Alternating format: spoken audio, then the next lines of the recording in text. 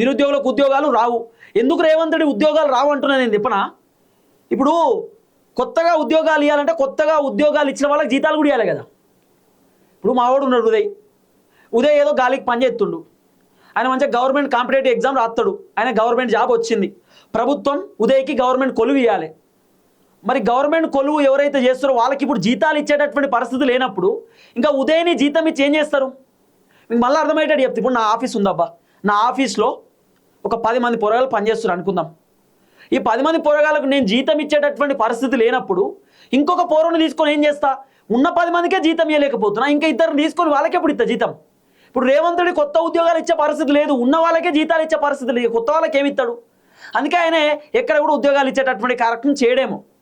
ఏమనంటే రేవంత్ రెడ్డి తప్పించుకుంటాడు, ఏమని కేసీఆర్ అప్పు చేసింది కాబట్టి మేము ఏం చేస్తలేం. మరి కేసీఆర్ ఆయన అప్పులు చేసిండు, అన్నీ చేసిండు కదా, అప్పులు చేస్తుండే కూడా కేసీఆర్ 5 సంవత్సరాలు అప్పు 5 లక్షల కోట్లు చేసిండు, 5 లక్షల కోట్లు అప్పు చేసి కూడా మళ్ళీ అప్పు చేసి పెట్టిండు కదా.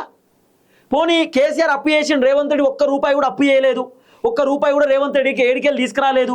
తెలంగాణ రాష్ట్ర ఖజానా అనే తెలంగాణ రాష్ట్రంలో వస్తున్నటువంటి ఆదాయాన్నే ఆయన ఖర్చు పెడుతున్నాడు అనుకుంటే సరే బాగానే ఉంటుండే.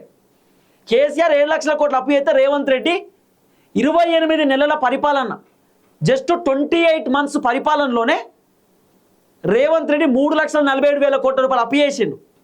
కేవలం 28 మంత్సే, ఇయర్స్ కాదు, 28 మంత్స్లో దగ్గర 3,47,000 కోట్ల రూపాయల అప్పు. మరి కేసీఆర్ 7 లక్షల కోట్ల అప్పు చేస్తే ఏం చేయలేదు, తెలంగాణ ఆగం చేసిండు, కాళేశ్వరం కూలగొట్టిండు, తెలంగాణ మొత్తం ఆగమాగం అయిపోయింది. కేసీఆర్ వల్లనే మేము ఏ 6 గ్యారెంటీలు ఇవ్వలేకపోతున్నాం, 420 హామీలు ఇవ్వలేకపోతున్నామని రేవంత్ రెడ్డి తప్పించుకుంటుండు కదా. మరి రేవంత్ రెడ్డి కూడా 3 లక్షల కోట్లు అప్పు చేసిండు కదా. రేవంత్ రెడ్డి ఒక్క రూపాయి అప్పు చేయకుండా కేసీఆర్ తిట్టిండంటే ఓకే. మరి రేవంత్ రెడ్డి కూడా 3,50,000 కోట్ల రూపాయలు అప్పు చేసిండు, మరి ఏం చేసిండు? ఇంకా కేసీఆర్ 10 సంవత్సరాలు ముఖ్యమంత్రి ఉండే 7 లక్షల కోట్ల అప్పు, రేవంత్ రెడ్డి వచ్చినటువంటి 2.5 సంవత్సరాలలోనే దాదాపు 3,50,000 కోట్ల రూపాయల అప్పు.